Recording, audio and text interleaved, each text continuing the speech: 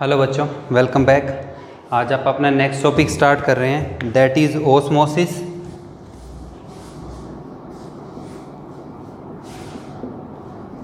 And osmotic pressure.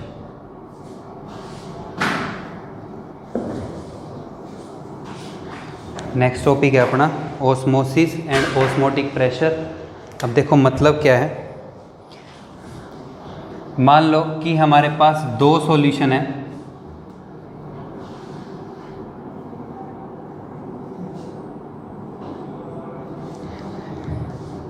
यहाँ पे मैंने एक सॉल्यूशन रखा हुआ है जिसकी कंसंट्रेशन ज़्यादा है,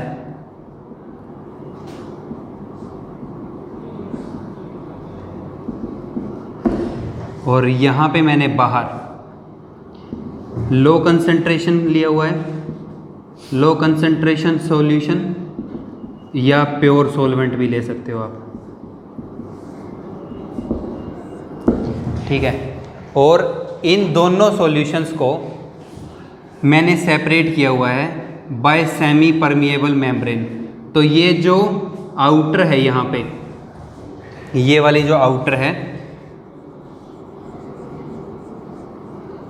this outer is of semi permeable membrane.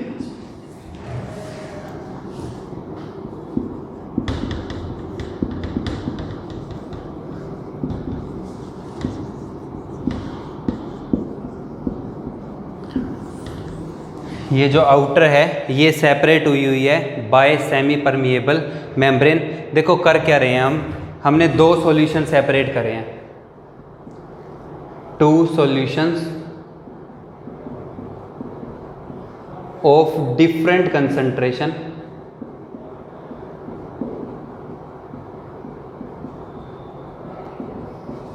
To solutions of different concentration are separated by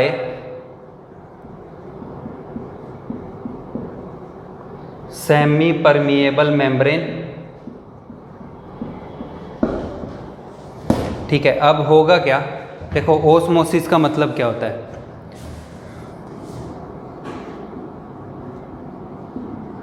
osmosis का मतलब है नेट फ्लो ऑफ सॉल्वेंट। क्या चीज फ्लो करेगी? Solvent from, net flow of solvent from low concentration to high concentration.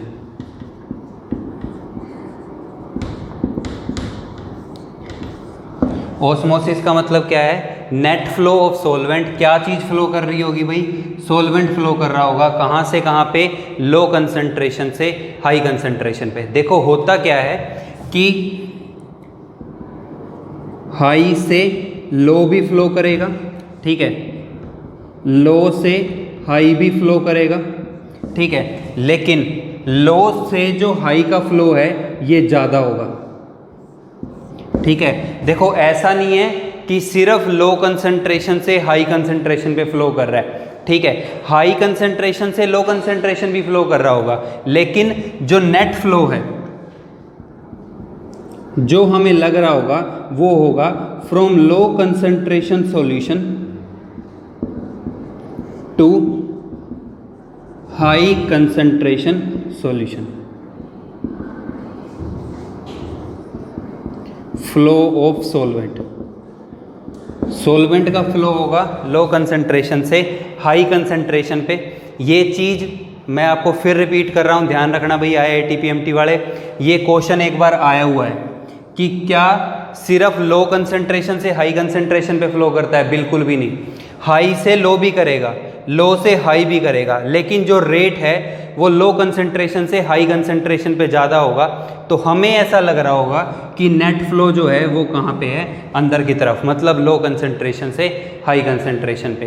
तो net flow of solvent from low concentration to high concentration is called as osmosis. इस process को हम क्या कहते हैं भाई? ओस्मोसिस कहते हैं। ठीक है, अब बात आती है कि ओस्मोटिक प्रेशर क्या होता है। आपको ये ध्यान रखना है। एक मैंने यहाँ टर्म यूज़ करी है सेमी परमिएबल मेम्ब्रेन। तो सेमी परमिएबल मेम्ब्रेन जो है इसका काम क्या है, ये सिर्फ सॉल्वेंट को फुल फ्लो करने देती है। ओनली अलाउज सॉल्वेंट मॉलिक्यूल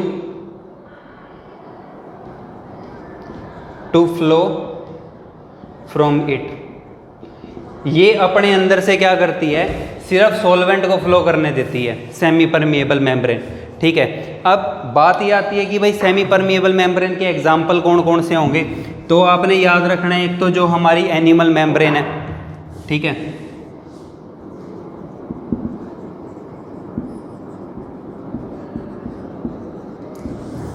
जो हमारी स्किन की लास्ट मेम्ब्रेन है वो सेमी परमिएबल मेम्ब्रेन होती है, या और जो ऑर्गेनिक और इनऑर्गेनिक कंपाउंड हैं वो भी सेमी परमिएबल मेम्ब्रेन के एग्जाम्पल हो सकते हैं। इसका एक एग्जाम्पल तो ये है, एक एग्जाम्पल जो ज़्यादातर यूज़ किया जाता है वो कॉपर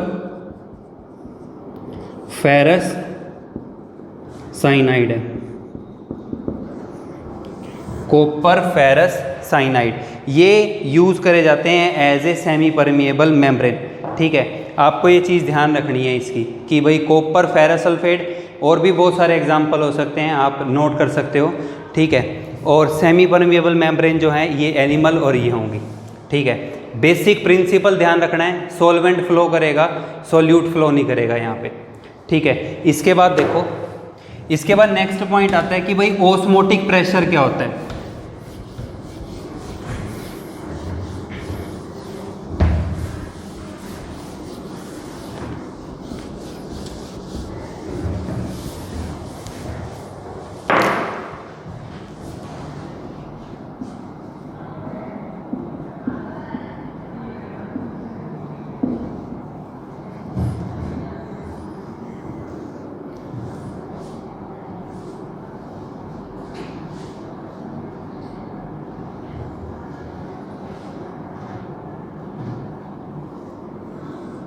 हम यहाँ पे फिर से वही कंटेनर बना रहे हैं। यहाँ पे मैं प्योर सॉल्वेंट लेके चल रहा हूँ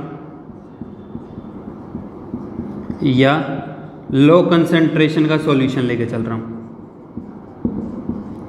प्योर सॉल्वेंट या लो कंसंट्रेशन का सॉल्यूशन, यहाँ पे भाई मैंने हाई कंसंट्रेशन लिया हुआ है, हाई कंसंट्रेशन का सॉल्यूशन। यहाँ पे मैंने सेमी परमिएबल मेम्ब्रेन लिया हुआ है।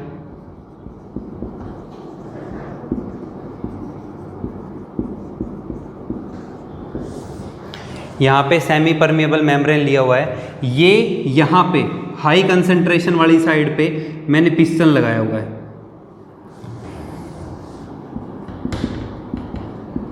जो कि मूव कर सकता है, ये मूवेबल पिस्टन है।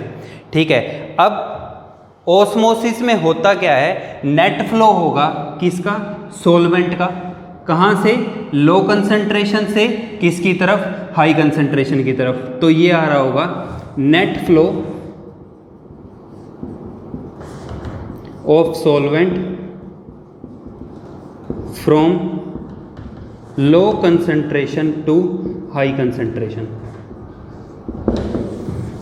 ठीक है, अब देखो, अब जब यहाँ सॉल्वेंट फ्लो कर रहा है, यहाँ पे मैं ये पूरा सॉल्वेंट भरा हुआ है यहाँ तक।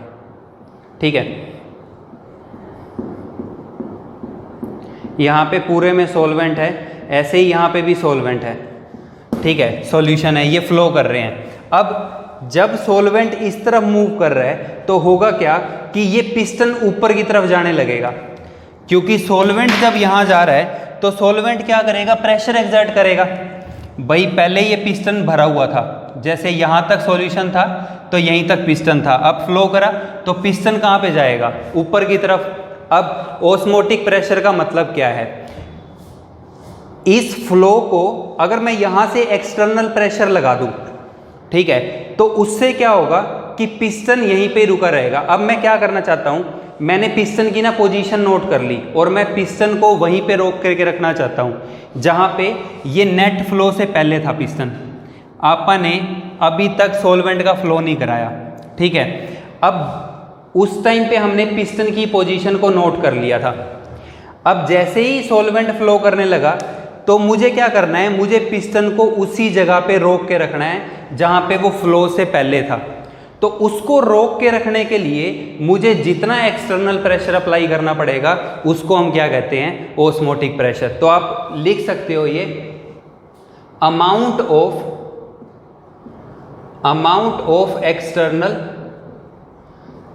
Of external pressure which is required, जो जरूरी है to stop flow of solvent के फ्लो को रोकने के लिए जितना यहाँ पे एक्सटर्नल प्रेशर मुझे लगाना पड़ेगा इस पिस्टन पे, उस प्रेशर को हम क्या कहेंगे, ओस्मोटिक प्रेशर। ठीक है, अब इसके बाद देखो इसकी कुछ डेफिनेशंस बुक में और भी दी हुई होंगी और डायग्राम भी बनाया हुआ होगा। ठीक है, आप कोई भी डायग्राम बना सकते हो। ठीक है, लेकिन बेसिक जो डेफिनेशन है वो यही रहेगी कि कितना एक्सटर्नल प्रेशर है जो हमें ज़रूरी है इस सॉल्वेंट के फ्लो को रोकने के लिए।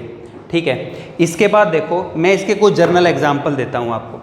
ठीक है, मान लो कि हमने एग लिया, हमने एग की आउटर सरफेस को रिमूव कर दिया। ठीक है, यहाँ पे मैंने क्या करा कि एग की आउटर सरफेस जो है, जो उसकी कोर होती है, ठीक है, जो हार्ड पोर्शन होता है उसका, मैंने उसको रिमूव करा दिया। आउटर सरफेस को हम रिमूव करा सकते हैं बाय कंसंट्रेटेड HCl। मैंने क्या किया, एग लिया, ठीक है, एग को बॉइल्ड कर लिया, यहाँ लिख लो चाहे बॉइल्ड एग है। बॉइल्ड एग की मैंने आउटर सरफेस को रिमूव करा लिया कंसंट्रेटेड HCl से। अब अपने पास बचा क्या, एग विदाउट आउटर कोर। जो उसकी बाहर वाली कोर थी वो जो हार्ड होता है, जो मतलब आप ये कह सकते हो कि मार्बल टाइप जो होता है वो हार्ड पार्ट, वो रिमूव हो गया। अब मैंने क्या करा, इस बॉइल्ड एग विदाउट कोर को यहाँ पे मैंने वाटर लिया हुआ था, प्योर वाटर। मैंने क्या करा, उस एग को यहाँ पे रख दिया। ठीक है, ये यहाँ पे है। अब यहाँ पे एग के अंदर कंसंट्रेशन क्या है, ज़्यादा है, क्योंकि एग के अंदर फैट भी होगा, मिनरल्स भी होंगे। ठीक है, ऐसे ही प्योर वाटर के अंदर भी थोड़े बहुत मिनरल तो प्रेजेंट ही होंगे। अब क्या हो रहा होगा, सॉल्वेंट फ्लो करेगा कहाँ से, प्योर सॉल्वेंट से कहाँ पे, एग के अंदर।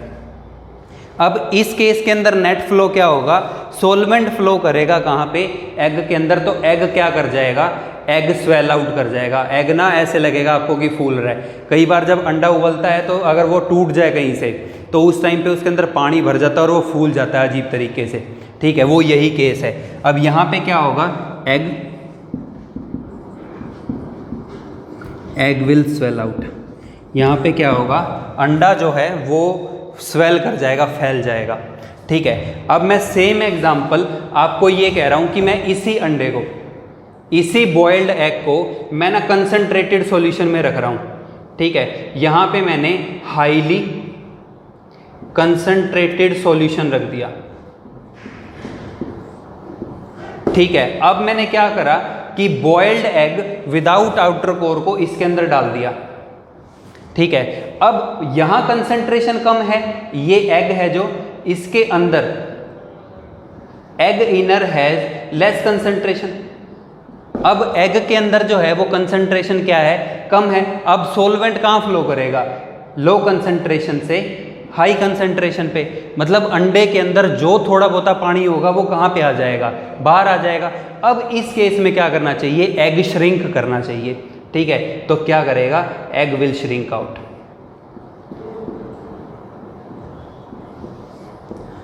ठीक है भाई, तो ये बेसिक प्रिंसिपल है ओस्मोसिस का, जो आप इस एग्जाम्पल से समझ सकते हो। ठीक है, आपको ये चीज़ें ध्यान रखनी है कि सिर्फ सॉल्वेंट फ्लो करता है लो कंसंट्रेशन से हाई कंसंट्रेशन की तरफ। ठीक है, तो ये बेसिक मतलब था ओस्मोसिस का। ओस्मोटिक प्रेशर आपको डेफिनेशन पता लग गई। अब हम पहले इसका डेरिवेशन करते हैं, फिर मैं आपको 2-3 जर्नल एग्जाम्पल बताऊंगा कि क्यों जो ग्लूकोज चढ़ता है उसके अंदर NaCl 9% होता है, वो सब हम इसमें डिस्कस करेंगे इसी टॉपिक में। ठीक है, तो देखो अब इसका डेरिवेशन स्टार्ट करते हैं।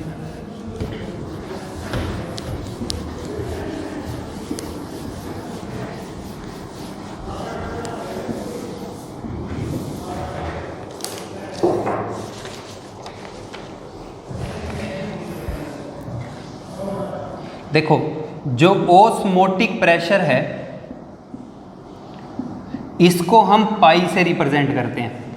ठीक है, जर्नल प्रेशर को P से, ओस्मोटिक प्रेशर को पाई से रिप्रेजेंट करते हैं। अब देखो ओस्मोटिक प्रेशर जो है वो डायरेक्टली प्रोपोर्शनल है कंसंट्रेशन के, कंसंट्रेशन ऑफ सॉल्यूशन के। ठीक है, आप खुद से सोच के देखो कि जो कंसंट्रेटेड पार्ट है, जो भाई फिजिक्स में आप लोग इलेक्ट्रोस्टैट पढ़ चुके हो तो आपको ये अच्छे से समझ में आएगा कि यहाँ पे हाई कंसंट्रेशन है, ठीक है, यहाँ पे लो कंसंट्रेशन है, दो कंसंट्रेशन के बीच में यहाँ पे जनरेट होगा पोटेंशियल। अब कोई भी चीज़ फ्लो कब करती है? जब पोटेंशियल डिफरेंस हो। ये तो आपको पता है कि जैसे सर्किट के अंदर इलेक्ट्रॉन फ्लो कर रहा है, लाइट फ्लो कर रही है, किसकी वजह से कर रही है? Due to potential difference. यहाँ हाई कंसंट्रेशन है तो पोटेंशियल ज़्यादा है, यहाँ लो कंसंट्रेशन है तो पोटेंशियल ज़्यादा है। ये हमने इलेक्ट्रोकेमिस्ट्री में पढ़ा भी है कि पोटेंशियल किसके डायरेक्टली प्रोपोर्शनल होता है? कंसंट्रेशन के। हमने वहाँ पे सेल का पोटेंशियल भी निकाला था। ठीक है, तो अब पोटेंशियल डिफरेंस की वजह से क्या फ्लो कर रहा है? सॉल्वेंट। अब फ्लो ऑफ सॉल्वेंट किस पे डिपेंड करता है? हाई कंसंट्रेशन के ऊपर। यहाँ जितनी ज़्यादा कंसंट्रेशन होगी उतना ज़्यादा पोटेंशियल डिफरेंस होगा और उतना ज़्यादा सॉल्वेंट फ्लो करेगा। हमें उतना ज़्यादा एक्सटर्नल प्रेशर लगाना पड़ेगा उसके फ्लो को रोकने के लिए। ठीक है, मैं दोबारा से रिपीट कर रहा हूँ, जितना ज़्यादा कंसंट्रेशन होगी उतना ज़्यादा फ्लो होगा, उतना ज़्यादा एक्सटर्नल प्रेशर लगाना पड़ेगा इस नेट फ्लो को रोकने के लिए। ठीक है, तो भाई हम ये कह सकते हैं कि ओस्मोटिक प्रेशर जो है वो डायरेक्टली प्रोपोर्शनल है किसके? कंसंट्रेशन के।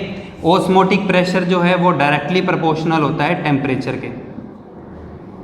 देखो कोई भी प्रेशर हो वो टेम्परेचर के डिपेंडेंट जरूर होता है। ठीक है, तो अब अगर आप इन दोनों को कंबाइन करते हो तो पाई डायरेक्टली प्रोपोर्शनल आ जाएगा किसके? कंसंट्रेशन। कंसंट्रेशन आपको याद रखना है मोलर होती है।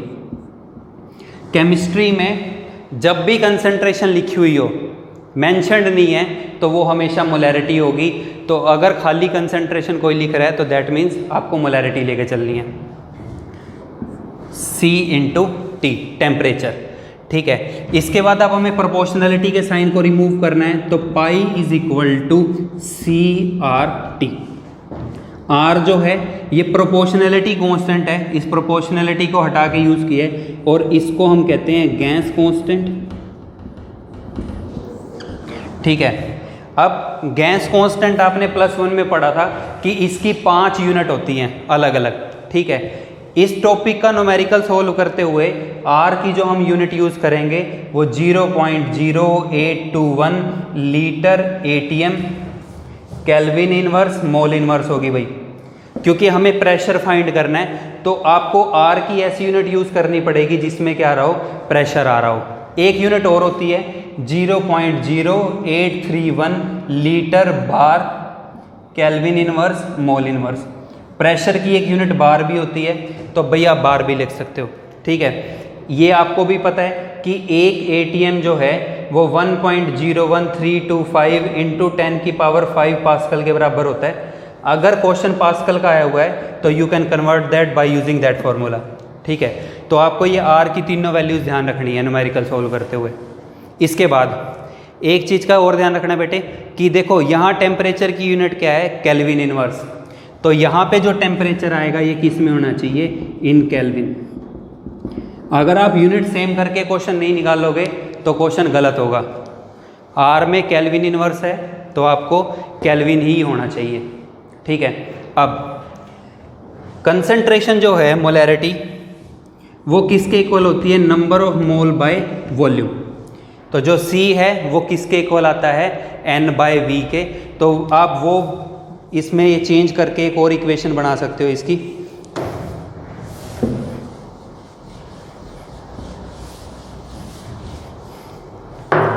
तो भाई अपने पास ये आ रहा होगा pi is equal to n by V R T, pi V is equal to n R T. यहां पे क्या है, वॉल्यूम। ठीक है, बिल्कुल सेम आ रही है आइडल गैस इक्वेशन की तरह। ठीक है, तो ये हमारे पास जर्नल एक्सप्रेशन है ओस्मोसिस के प्रेशर को फाइंड करने का। ठीक है, इसके बाद इसमें 2-3 पॉइंट और आते हैं। देखो सबसे पहला पॉइंट है, एक टर्म आती है आइसोटोनिक सॉल्यूशन। देखो आइसोटोनिक का क्या मतलब होता है।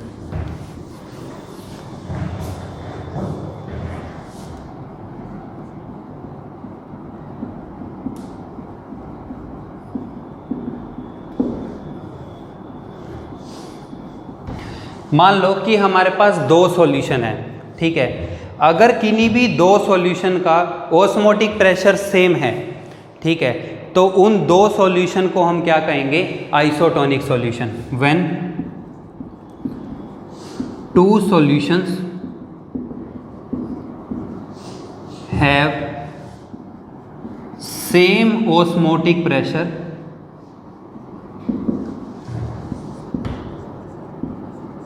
when 2 solutions have same osmotic pressure, then it is called as, then these are called as, these are called as isotonic।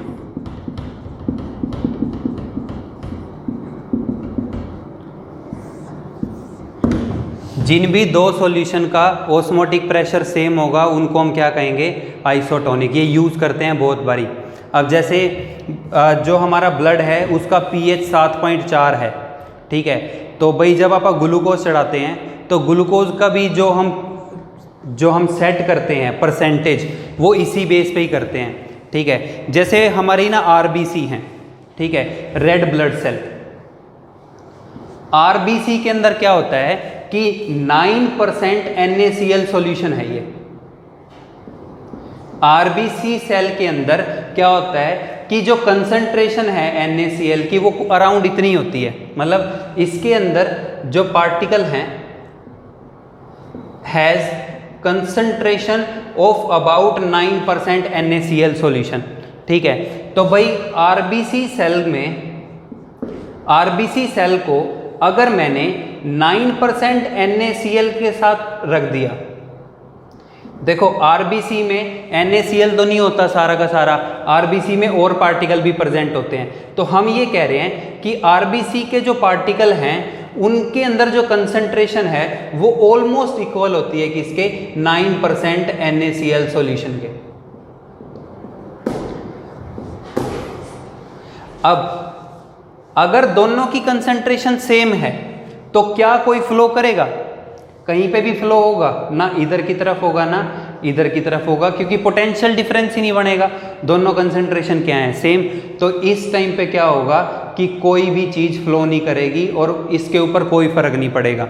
ठीक है, इस पे से एक क्वेश्चन आया हुआ है ये कि भाई अगर हम आरबीसी को, ठीक है, 7% NaCl में रख दें तो क्या फ़र्क पड़ेगा। ठीक है, उसने ऐसे कह रखा है कि बीकर के अंदर अपने पास 7% NaCl है। ठीक है, यहाँ पे आपने आरबीसी रख दी और आरबीसी की जो कंसंट्रेशन है वो किसके बराबर है, ऑलमोस्ट 9% NaCl सॉल्यूशन के बराबर है। अब आरबीसी की तो कंसंट्रेशन ज़्यादा है, अगर मैंने आरबीसी को 7% NaCl में रख दिया तो अब क्या होगा, यहाँ कंसंट्रेशन लेस है, अंदर कंसंट्रेशन हाई है, तो क्या होगा, सोलवेंट फ्लो करेगा कहाँ पे, बाहर से आरबीसी सेल के अंदर, और आरबीसी की सेल जो है वो क्या करेगी, ब्रास्ट फट जाएगी। ठीक है, तो जब ग्लूकोज लगाया जाता है इसी चीज़ का ध्यान रखा जाता है। ठीक है, कि कंसंट्रेशन जो है जो आप ग्लूकोज लगा रहे हो उसकी इतनी ही होनी चाहिए, अदरवाइज जो ब्लड के अंदर सेल हैं वो क्या करेंगी, स्वेल आउट हो जाएंगी और वो ब्लास्ट कर जाएंगी, अंदर ही फट जाएंगी। ठीक है, तो ये चीज़ आपने ध्यान रखनी है।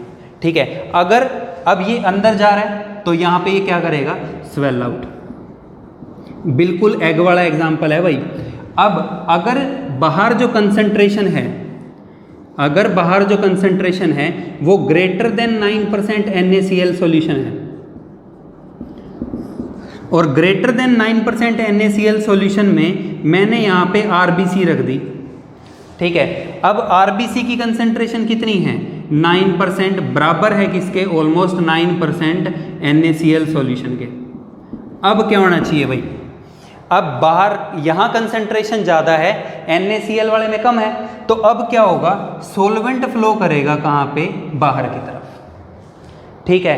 इसका मतलब क्या है कि RBC सेल क्या होगी? श्रिंक होगी।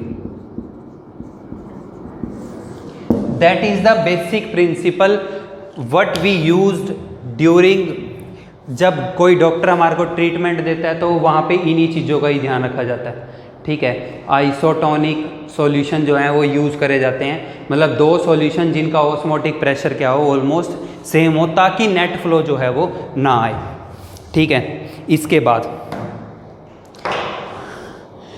जब शेल श्रिंक करती है, ठीक है, तो इसको बायो की लैंग्वेज में प्लाज्मोलिसिस कहा जाता है। आप बायो पढ़ते हो, बायो वाले स्टूडेंट बायो पढ़ते होंगे। तो जब कोई भी शेल श्रिंक करती है, अगर शेल श्रिंक आउट हो रही है तो इसको हम प्लाज्मोलिसिस कहते हैं,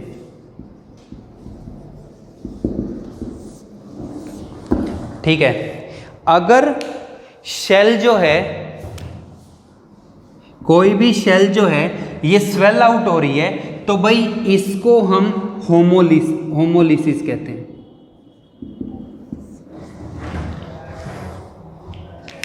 तो ये चीज़ों का आपको ध्यान रखना है, ये बायो के वर्ड हैं। एक नंबर का क्वेश्चन बन सकता है, what is homolysis, what is plasmolysis, so you can write down these things. इसके बाद दो डेफिनेशन और बचती हैं, उसके बाद न्यूमेरिकल ट्राई करते हैं। देखो, इसमें एक पॉइंट आता है हाइपोटोनिक और एक आता है हाइपरटोनिक। इनका क्या मतलब है?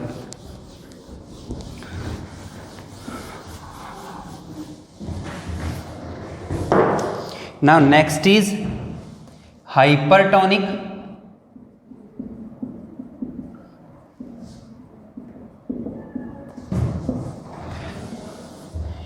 And one is hypotonic.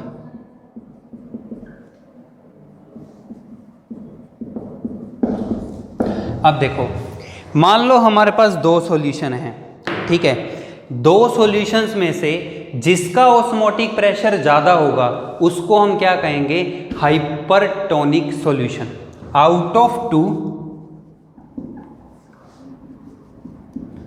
One having high osmotic pressure is called as hypertonic solution। दो में से जिसका ऑस्मोटिक प्रेशर हाई होगा उसको क्या कहेंगे? हाइपरटोनिक। जिसका कम होगा, out of two, one having low osmotic pressure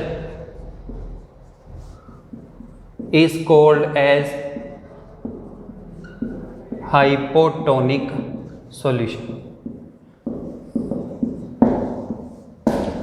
इसको, ये टर्म्स जो हैं वो न्यूमेरिकल्स में यूज़ करी जाती हैं। वो आपको ये कहेगा कि दो सॉल्यूशन कंपेयर कर रहे हैं, एक हाइपोटोनिक है एक हाइपरटोनिक है, तो आपको पता होना चाहिए हाइपर वाले का प्रेशर ज़्यादा होगा, हाइपो वाले का प्रेशर कम होगा, ठीक है। तो भाई ये बेसिक पॉइंट थे। इसके बाद एक पॉइंट और बचता है रिवर्स ऑस्मोसिस का। ये 2 नंबर का क्वेश्चन आ भी सकता है। घरों में जो आरओ यूज़ करते हैं वो रिवर्स ऑस्मोसिस के प्रिंसिपल पे ही बेस्ड होते हैं। तो देखो वो क्या होगा।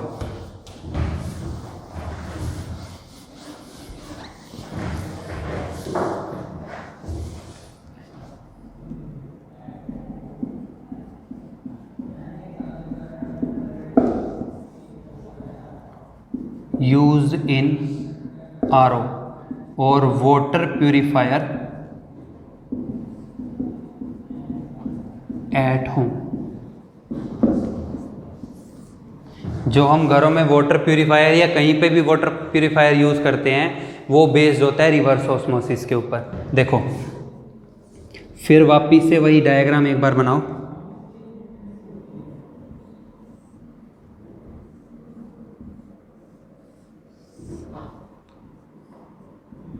यहाँ पे पिस्टन है, ठीक है, यहाँ पे वही हाई कंसंट्रेशन है, यहाँ पे लो कंसंट्रेशन है, ठीक है। अब अपन ने करना क्या है कि ड्यूरिंग ओस्मोसिस तो ये होता है, ठीक है।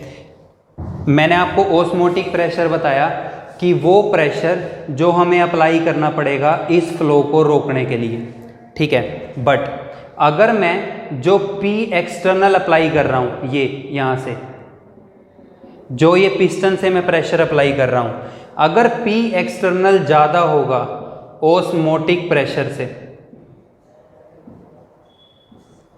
ठीक है। अब पहले तो क्या था कि ओस्मोटिक प्रेशर पे पिस्टन यहीं रुका रहता था और फ्लो रुक जाता था, लेकिन अगर मैं एक्सटर्नल प्रेशर को ज़्यादा कर दूं तो उस टाइम पे क्या होगा, सॉल्वेंट फ्लो करेगा कहाँ पे, हाई कंसंट्रेशन से लो कंसंट्रेशन पे, और वो जो प्रोसेस होगी उसको हम क्या कहेंगे, रिवर्स ऑस्मोसिस। इफ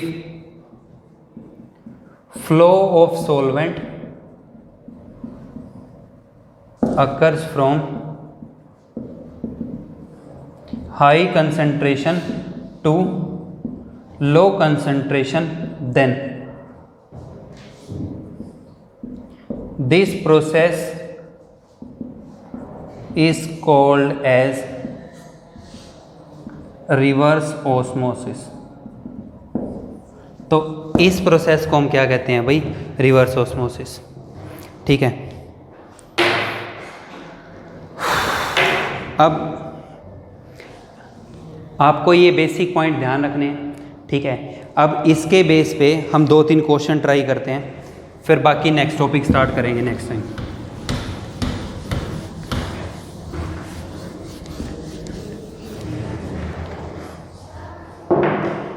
देखो क्वेश्चन ये है कि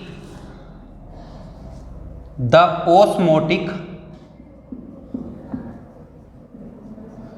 osmotic pressure of blood is 7.65 atm at 310 kelvin. 310 kelvin पे जो ब्लड का ऑस्मोटिक प्रेशर है वो 7.65 atm है, ठीक है। अब इसके बाद वो हमारे को ये कह रहा है an aqueous solution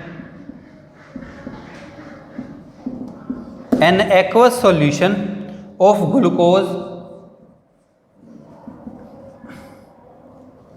an aqueous solution of glucose which is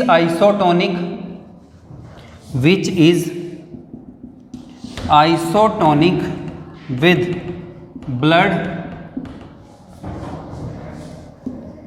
has percentage